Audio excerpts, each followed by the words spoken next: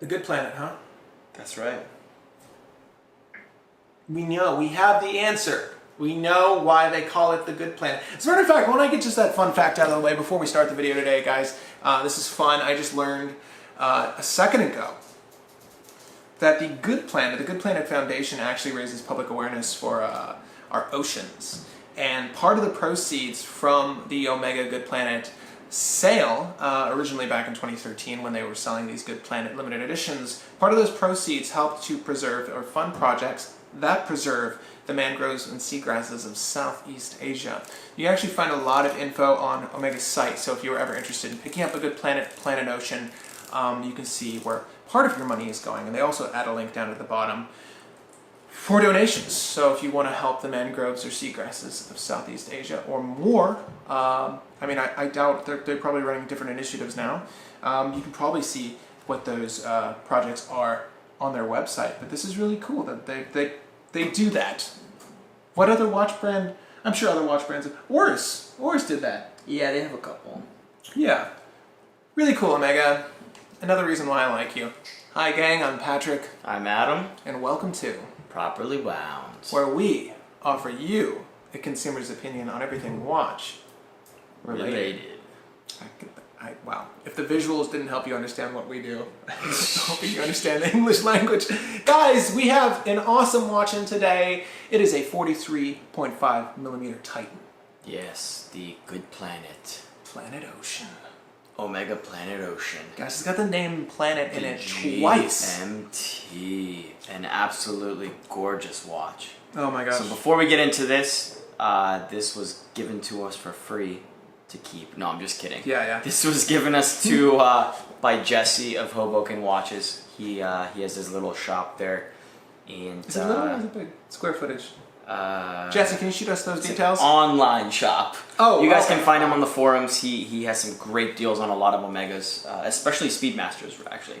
So check him out at Hoboken Watches. He let us borrow this review, and I will be returning this to him. And this exact watch will be for sale if it hasn't sold already. So likely it would have sold. I don't know what these are limited to. Are they numbered on the back? No, it's not numbered. No, but it does say Good Planet. And of course, we'll show all But this watch is freaking awesome. This is a first impression for me. Can I actually put it on the wrist? Yeah, man. I'll show you guys. We're going to do a wrist shot for you really quick. And then, of course, we're getting to the tech specs and the sizing and all that other good stuff. Yeah. But it just, did you hear the clasp clacking? Oh, yeah. It just sounds good. It feels good. I thought it looked very big to look at. But on the wrist, it's not bad. No, it's not, guys. So the Good Planet, not only is it to help fund some projects for the Good Planet Foundation, this is also special coloration, if I'm not mistaken, correct? So it's unique. It's got that deep blue. You can really pick it up there. The deep blue with the orange, I think that's unbeatable. That's an unbeatable combo. Yeah, especially if you're a Mets fan. Perfect. Yeah. But I'm going to take this off. I'm going to hand it to Adam. I'm going to rattle off some specs for you guys. And actually, can you just hold it side by side with your Speedmaster really quick? Because they're very similar case designs. I'll just put it on just like this. Do you know what I mean? Like, they're very similar. The twisted lugs and all that good shit. Like, that is definitely, like, you can just see that. If it didn't have the logo, you'd think, oh, that's an Omega watch. Yeah. Very, very classic styling. Absolutely. So, while we're down here, by the way, guys, so this is the Omega Good Planet Ocean Limited Edition. It has a helium escape valve, as you see. I believe it's a 600 meter diver. So of course you need a helium release valve. They have it in a manual setting. You'll find some with a sort of obligatory valve on the side that sort of lets out the helium, but this is sort of how Omega does it. So you always expect to see that up at the top left there. On the right side you have signed crowns, really great. But the real meat and potatoes here is on the back end of this watch. Ah, yes. So through the rear end of a sapphire crystal case back, you can see Omega's coaxial movement. This is the 8605. So it's essentially their 8500 movement, but with a GMT complication. And what's really special about this is it features a silicone balance spring. Okay, so what's that mean for you? It's a more reliable, durable in-house movement from a brand that you know and love, like we do. Also, it's decorated really well. What Omega's doing with these new coaxial movements, like that, not only the craft work itself, but the decoration is really great. You know, of course, it's not on league with some other watches, like some other 5-figure watches. But you know, this is in a price bracket way under that, so it's nice to see it decorated at all. Yeah, the coaxial is awesome. I would say the only negative of the new coaxials is they're so freaking thick. I think this thing's like 17 millimeters thick, and you guys can kind of see the Compare difference the two between. there. You can And see guys, you how know, thick that bad boy is. Well, I give my first impression. But I'll very lightly do the dimensions here. Yeah, Of let's course, do that. you know, this watch, it is. We'll start with the thickness, I suppose. So again, guys, just so you know, there is tape on the ends of this. Not that that's going to save this watch. So let's see here. So it's a thickness of about. Let's see how. Let's guess. What do you think? How thick is this? I already know it's 17 something. Yeah. Oh, well, that ruined it. Yeah, 17 and a half. Yeah. 17 and a half. All right, so lug to lug, I'm 17 and a half. It's a big boy. It is it's a big boy. And we have a lug to lug. This is not so bad, about 47. Yeah, not bad at all. This, let me just guess, that's 22. Yeah, it's gonna be 22. And I'll just measure these outside portion. 21 is what it's telling me. 21. Okay. 21 millimeters, and you know what? Maybe you've heard otherwise, but that's what it's telling me here. And what was unique about this, and what everyone was gushing about, is that it's 43.5 millimeters wide. If you can see that there. Yeah. It's a slick watch. I'd love to get my first impression. You've had it for a little while, right? Yeah, man. This is Had this unidirectional, for, bidirectional. For 3. Oh, I totally forgot about that. Yeah, it's a, you know, as a typical GMT should be. I've had it for about 3 days now. Okay. You can go ahead and give your first impressions first, and then I'll just talk about sort of living with it the last. Ceramic bezel, right? Yeah. Bidirectional GMT bezel, very cool. Damp, nice and damp. It feels light in the hand though. You know, not that that's a bad thing, but it does have a nice action to it, and it does fall right in line where it should. It is 120 clicks, so you guys know. And that makes sense for a GMT bezel. And it also makes sense that it's bidirectional. You have a very slightly domed sapphire crystal on top, which offers like amazing viewing range of this dial, and in legibility. I believe it's an anti-reflective sapphire crystal as well. So this is sort of common with Omega. But stylistically, this reminds me of like some of the older Omega 300s where they had the 12, 6, and 9. Like some of those old military dial Omega Seamaster 300s. And I'll put up a picture so you guys can see what I'm talking about. But you know, there are variations back then of like the big triangle up at 12 or the 12, and the font choice is actually quite the same as this one here. It is rather thick. The blue coloration is beautiful though. I think the literature on the dial is just perfect. You know, at the top end, it doesn't feel too busy, and of course it's got a lot of real estate to work with here. You know, so they can get away with a lot of literature. I love the accents with the orange. It's a good looking watch, all in all. The one thing I don't like though is, you know, just let's just skip the date window. Let's just skip the date window, because you've got this really beautiful, it's almost similar to a Seamaster Professional, the sort of glossy blue dial you have. It's a deeper blue, excuse me, it's a darker blue. But then you have this like really very small dinky date window. It just feels out of place. I'm gonna put this, let's just look at this for a second. Doesn't that feel out of place? It's not a good look for it. I agree. It sort of upsets the arrangement of the dial. I would have rather seen the numeral 3 done up in steel there. But that's just me. Yeah. And surprisingly, guys, despite its size, its heft is very light. And on the wrist, it's beautiful. And this bracelet's beautiful, very similar to like a Speedmaster bracelet, how it's sloped, it's curved rather, on the top and the back end. So it wears very comfortably on the wrist. Screw-in links, obviously.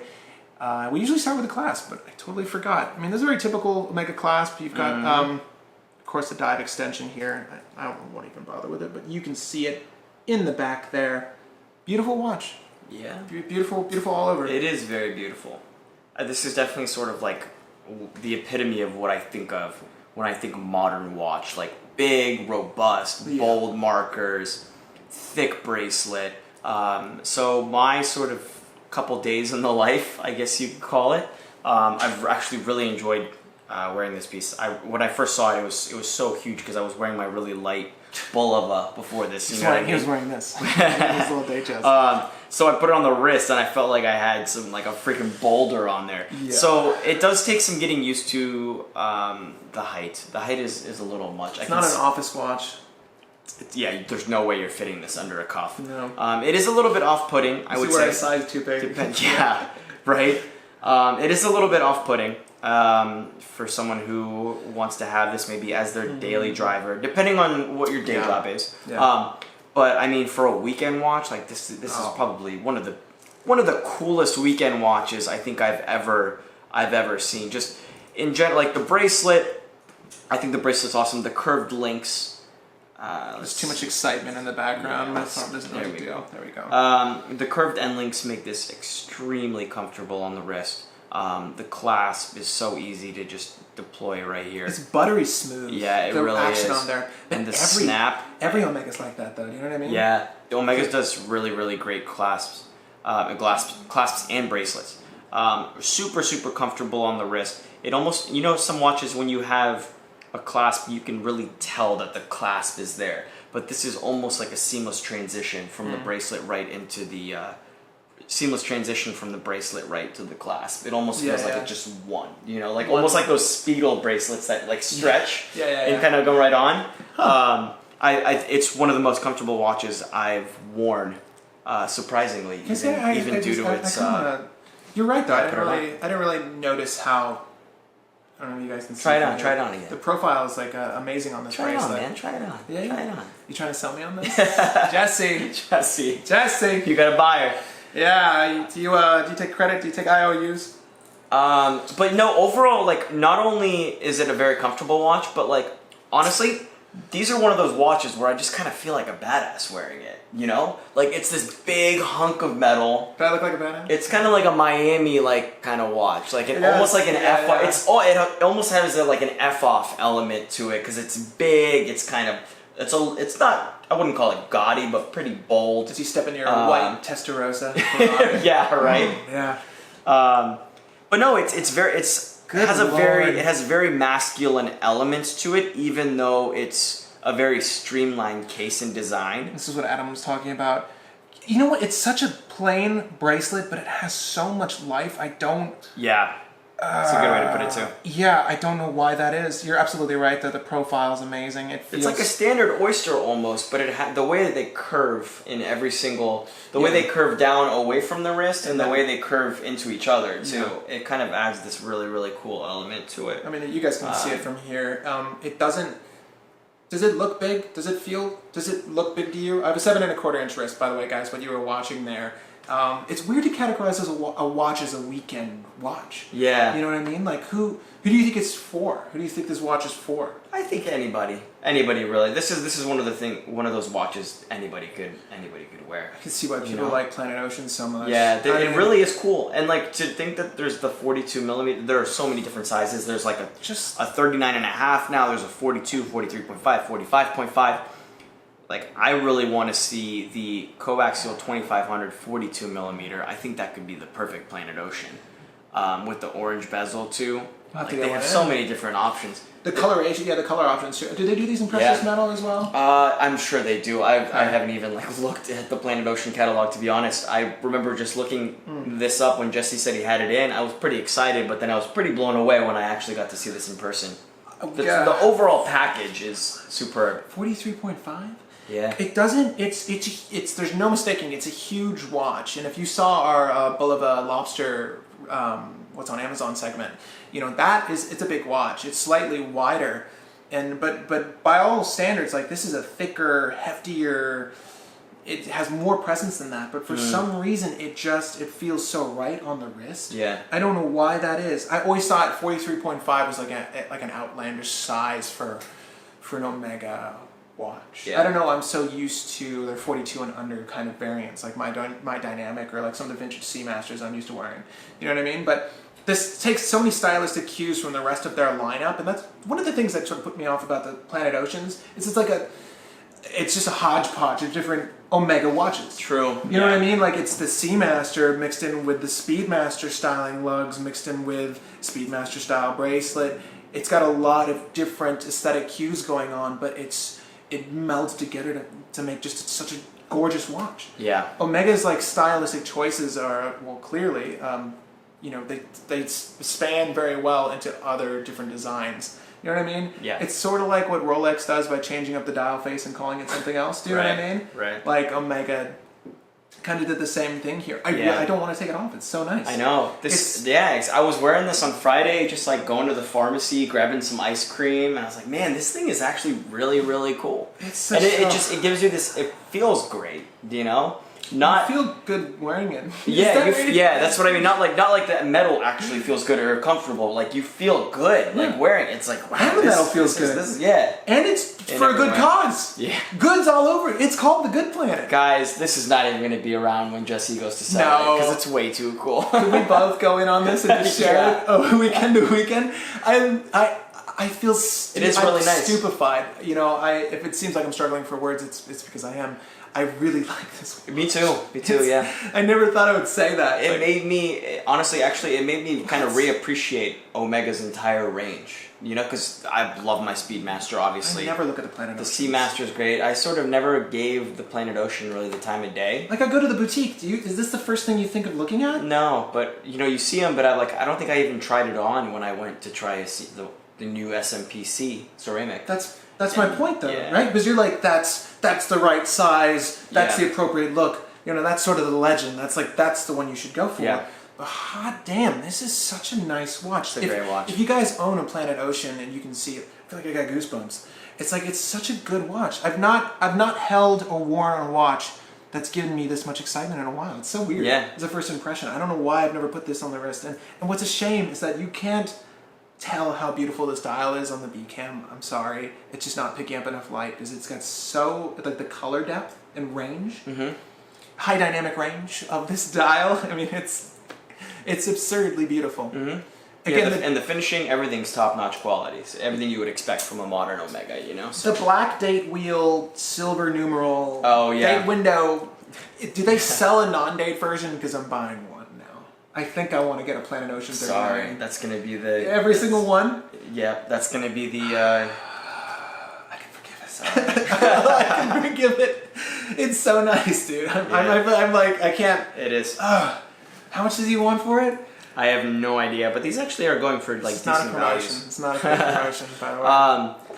Yeah, this is not a pretty promotion. Well, that's a big watch. So I always thought like the Seiko Sumo was sort of like a Planet Ocean. A Planet Ocean with the twisted lugs. It's a big old diver. You know what I mean? And it actually even has a similar bezel to the standard Planet Ocean, not the GMT version, obviously.